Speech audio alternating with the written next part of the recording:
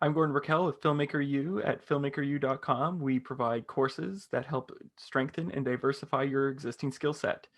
Each week on Friday, we discuss film and techniques and ideas with current professionals. This week, I'm joined with this week I'm joined by Chris Mackenzie, who's the finisher on Midsummer, Eastern Promises, Away We Go, and so many other films. Welcome to the show, Chris. Oh, thank you. Thank you for having me, Gordon. I guess one of the first things to ask is how would you explain the role of a finisher to a young person coming up? Because I feel like that's something not many people are aware of. I guess I like to explain it by saying, it's a little tough because the other terminology is like online editor. That's a little hard to explain too, because then it's like, oh, do you work on the internet? It's like, no. Um, and it's not quite a VFX artist position either.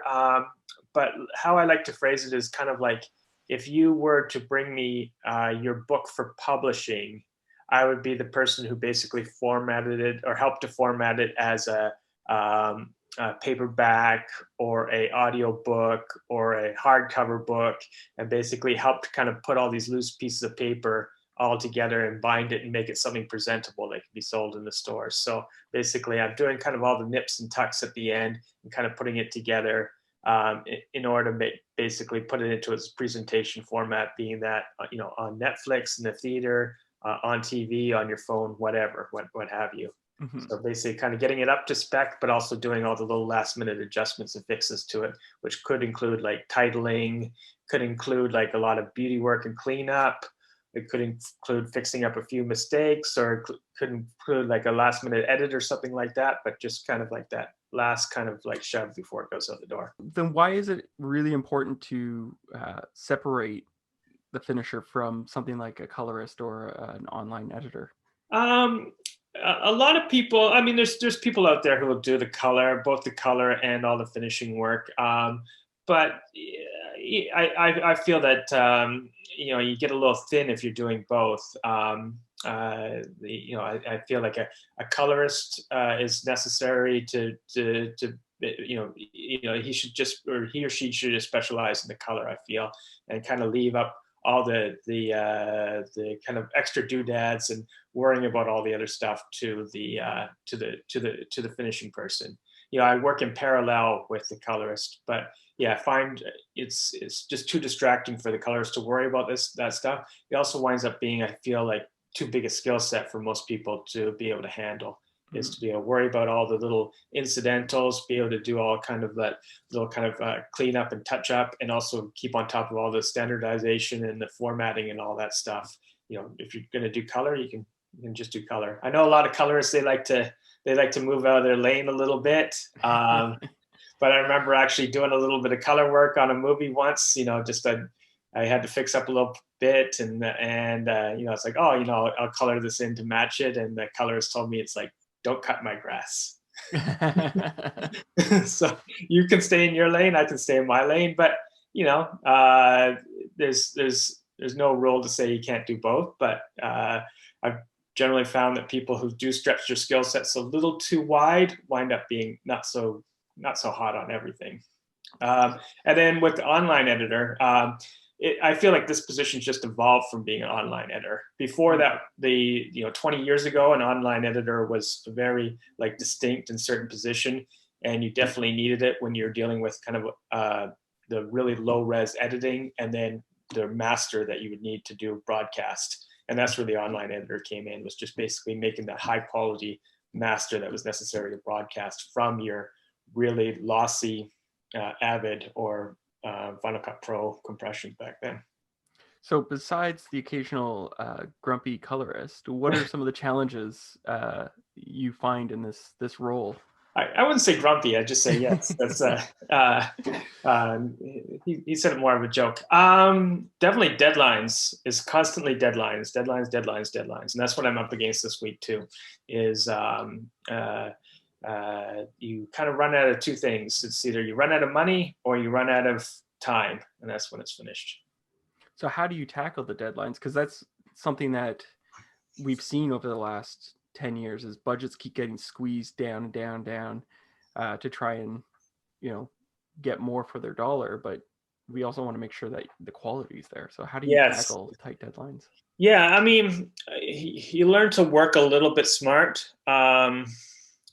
It's just try to save a little bit of time when you're working. I try to kind of do like 85% of the stuff and 15% of the time, and then save, figure out what you can do to get rid of the big chunks of work first and to get that off your plate, and then spend a little bit of time refining those last little bits that are going to make a difference. So basically try to you basically get organized in the very beginning, try to take care of enough stuff ahead of time, or basically when time is not an issue, try to get basically through enough material, and then really focus on the little bits. Because I see people all the time that get super focused on the small little details right in the very beginning and wind up burning so much time that by the end they're stuck. You wind up pulling all-nighters at the end. It's just because you didn't manage your time well. I described it once to somebody. It's kind of like painting a house. You use the rollers and all that stuff in the beginning to take care of the big areas, and then go in with the little trim brushes and do the neat jobs where that's necessary. And a lot of people will start off with the trim brush and try to paint the whole thing that way. So you got to kind of basically look at this huge task that you've got, and basically try to not be sloppy, not be disorganized, but just kind of go at it and try to get as much done as quickly as possible. And then where there's real details involved, spend your time and energy on that. So how did you get into this position? Because I haven't really heard of any finisher schools. No, definitely not. When I first started out, I was actually I was working as a bicycle messenger at one point, but I did have a fine arts degree, and I was actually into Photoshop in the beginning. I'd done some of that work in school, and that's kind of what kept my attachment to computers, but I didn't really have that much interest on the film side. It was mostly like a desire to use Photoshop, and kind of was comfortable with that tool set. But when I was working, I started dropping material off to post-production houses, and this was way back when everything was all tape-based. And I actually saw somebody using an Inferno once when I went into one of these places, which was kind of like the granddaddy of Flame, the big daddy of Flame, which is the tool that I use right now. And I talked to that operator a little bit, because that seemed like to me that seemed like the ultimate version of Photoshop, where you're actually in command of this giant, and at the time it was a gigantic, expensive machine, but still kind of doing that Photoshop work, but actually doing at the time they weren't doing movies, but it was like music videos and things like that, and high-end commercials. So to me, I thought, okay, that seems like a really great progression to get to. I kind of just started asking questions once I knew what the actual system was and kind of knew what it was for, and then realized they made them in Montreal, which is where I actually went to college. So I moved back to Montreal, and as luck would have it, wound up getting a job as a technician at the company that made those systems. And from there, I basically knew them inside out, and then was able to get a job at Deluxe when they first started doing DIs, just because they couldn't really find anybody that knew how to work the machine. And I'd never really worked in a production environment, but I basically knew how to take this thing apart and put it back together again, and which really helped working on a night shift. I started basically working on a night shift, but just doing simple stuff at first, and then slowly expanded from there. So sorry, long story, but that was it's sometimes you really got to take an angle. You got to come in from an angle to get some of these jobs, especially in the beginning, when stuff's kind of evolving. I mean, you've always got changes in technology. It's really hard to predict where things are going to be. But if you find an interest in something, and you have the energy, just pursue it no matter what. That's what I tell when I run to younger people now. I say to them, if you're really interested in something, you'll find a way. And that's really the biggest thing, that it, you know, it's just that interest has to grab you, and then you'll find a way. And then it's just seemed like everything worked like magic. One opportunity opened after another. Where when I first started working at Deluxe, one of the first movies that we did was Pan's Labyrinth, and I was able to get involved in that one. And after that, I felt like I could do anything, but made me a little bit overconfident at the time. But it did give me that huge boost, and to get right into the beginning of doing DIs, it you know, basically did help open the doors for just about everything else. What was those early days like with DIs? Because I remember the transition, but I wasn't in any of the finishing area. So like, I almost feel like it was a wild west, people figuring out things as they went. Can you describe Yeah, it to me? it was. It was. It seemed like such a complicated operation in the beginning. I'm not sure if your audience, how familiar they would be even with the term DI now, but basically it's a whole new standard of doing laboratory work. And at the time, Deluxe and Technicolor were the big labs, but they were still very photochemical based. You know, the lab in Toronto was actually the largest actual processing lab in the world at the time, where they actually had a big facility out by the airport where they did all their printing. And then so that for them, the digital thing was very new. We always seemed amazed that something would actually turn out, but it just seemed like such a complex procedure in the beginning. But then when we broke it all down and kind of each of us got good at our own little steps, it was just a small crew of us. We all realized it's like, this actually isn't that easy. It's just actually some fairly simple math, a little trial and error, and basically it's just a little bit slower and more expensive than kind of doing your own edit at home, but you know, it's all the same kind of it's all the same basic tools, you know. Because I think about back then in that like late 90s, early 2000s, where that sort of transition occurred. And I remember everyone was always worried about the digital look, Yeah. and as well as the quality of the codecs that we could actually use. So how did you guys ensure that, you know, you're transferring from this beautiful film print over to a digital uh, intermediate? How did you make sure you still had the quality? Well, that digital look, that was more a concern, I remember, with people when they were doing the acquisition on digital cameras. Um, but because that was really, that kept going up until like, you know, 2010 or so, as far as people being like, okay, this is going to look way too digital for me, I still want to stick with film.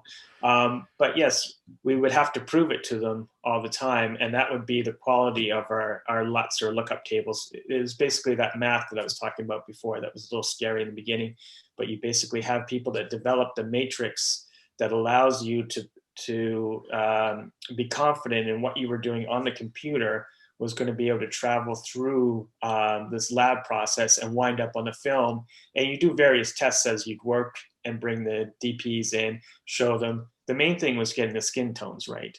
So you definitely needed a really, you know, people had to put their trust in the colorist to basically do that job for them. And then, you know, everything had to be set up well through the lab. But the big facilities had it all worked out.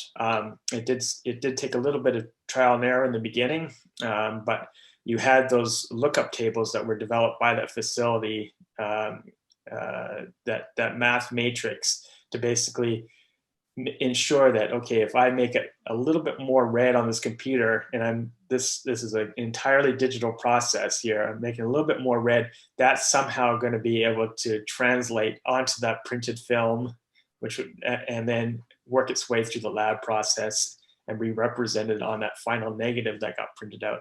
So yeah, basically the thing was, it was all in what we called the POC, the proof of concept. So you'd bring the director or the director of photography in. They'd watch the color happen on screen on a few crucial scenes, and then we'd get the film back and we'd put it up for them and make sure it was great. And then they'd sign off and say yes. and then hopefully nothing happened to your lab chemicals or anything, any adjustments after that, and all should be good. So Yeah. now you'd mentioned, that digital image and people Yeah. worrying about that Yeah. digital look. What would you say was the craziest sort of, because I remember there were so many ridiculous suggestions, like if you do this, it'll look like film. If you do that, it'll look like film. Was there any crazy, someone came in and was like, I shot it, like I remember the one that I always think about was someone said, take the lens out and put, like pantyhose over the camera and then put the lens back on. And I was like, I don't think that's gonna work, man. Well, there used to be, people used to use a ground glass. Do you remember the ground glass thing? Yeah. Yeah, and yeah, so sometimes they'd use that, and it was the ones I experienced. They had there's I've never actually saw it in real life, but it's basically as a motor that spun a frosted disc, I believe, in front of the lens, Mm-hmm. and that was to simulate the grain. And sometimes that motor didn't spin, and the image was the grain didn't move, and that was a hassle. At least on one production I worked on, they always were trying to simulate this grain, but they kept ruining their shots because they didn't operate this thing properly. And to me, I just thought, why do you? Yeah, it just didn't seem to even make any sense to try to replicate this look that way through the acquisition when you could just put it on after the fact, if you even did need it.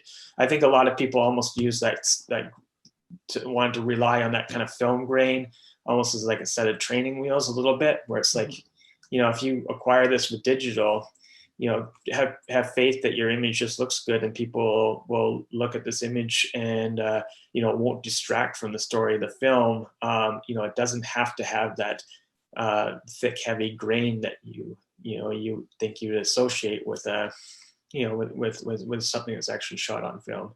Does that make sense? What I'm telling you yeah. And still to this day, we do have a lot of people who are like, okay, I'm really in love with this film stock. I want to simulate this grain on there. But then their project is usually seen on like a streaming website that probably has so much compression that film is, that basically that film stock look is completely wiped out.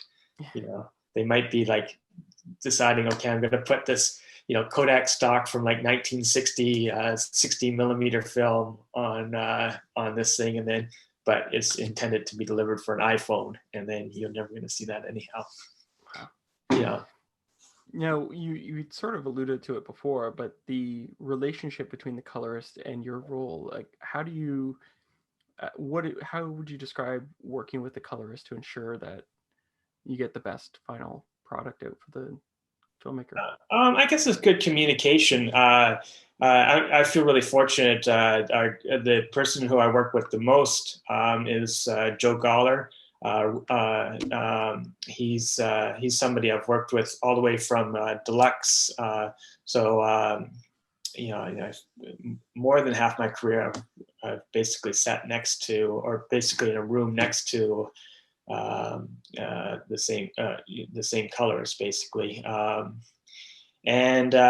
So yes, we get to know each other. I really get to know what he expects. I feel like I don't want to disappoint him in any way. So, I always feel like I try a little bit harder when I have something for him. So, and Roman as well too. But it's just I just do I feel like a really good partnership with Joe just because I've worked together with him for so long. So yes, I just kind of feel on a project. I just feel a little bit like I guess like a lieutenant almost. He's the captain. He's in the room. He's doing his thing, and when he needs an assist, I can come over. Now, I've been asking everyone I interview during the COVID crisis this, because we're all sort of stuck in our own places, I guess, or at home. What is a streaming show or a movie that you caught over COVID during this sort of COVID time that you would recommend to people to watch? Oh, I just to plug one of our own shows, I just saw Pretend It's a City, Mm. the Fran Lebowitz with Martin Yeah. Scorsese. Because I, yeah, I, I struggled to watch things that I worked on, just because by the time I'm done, I'm over it. I don't really want to see it again. Hmm. But in this case, I'm really glad that I went back and watched it. Because I hadn't really seen all the parts of it, so it was actually, once I started watching it, I was like, oh, this is really, this is good. I enjoy watching it. So that I was happy to watch. Now, what else? I guess I've been watching a lot of older movies, just catching up Yeah. on things as well too. Anything in particular? Yeah, we just watched One Flew Over the Cuckoo's Nest the other Oh night. wow. Yeah. Yeah, yeah. That's that's the thing is I was waiting for my wife to get ready to watch the movie, and while she was getting ready, I looked at something else on Netflix, and it was, I won't say what it was, but it was just like a movie that was current but not so good, and I started watching about 5 minutes of it. And then I was like, oh, this isn't that great. I'm going to put it away. And then we watched One Flew Over the Cuckoo's Nest. And then I was thinking, yeah, there's still so many great films that are out there. And there's so many great films that are on, that are available to stream right now. It's Hmm. like, yeah, yeah, it seems a shame that you would even waste your time on something that you don't, it's not that good. It's just that there's such a wealth of stuff that's out there. Yeah, so Well, it's don't be lazy. Look it up. Now's your time to. You probably got a little bit more time to watch things than you ever did. So, make those reaches. Go back and watch some older stuff. Go back and watch some like more indie stuff. Go back and really expand your library rather than just kind of sitting down watching something comfortable, or it's because the first thing you see coming up. well, and it's weird because I feel like people almost treat their hours like throwaway hours. So I'll just watch, whatever. I'll just click on this and watch it for the next hour or two. Yeah, And that's the way. That's yeah. Sorry, thanks for like bringing that up, because that's the way I felt when I was like, okay, I've got 10 minutes to kill, so I'm gonna just watch a bit of this movie, even though I really doubt it's very good. well, that's just it. Or I'll quickly surf YouTube and watch some kid do some weird trick or something. Yeah, yeah, exactly. And then it's like, you know what? I could have actually spent that time actually watching something good. Yeah. But sometimes you do have to be in the mood to focus and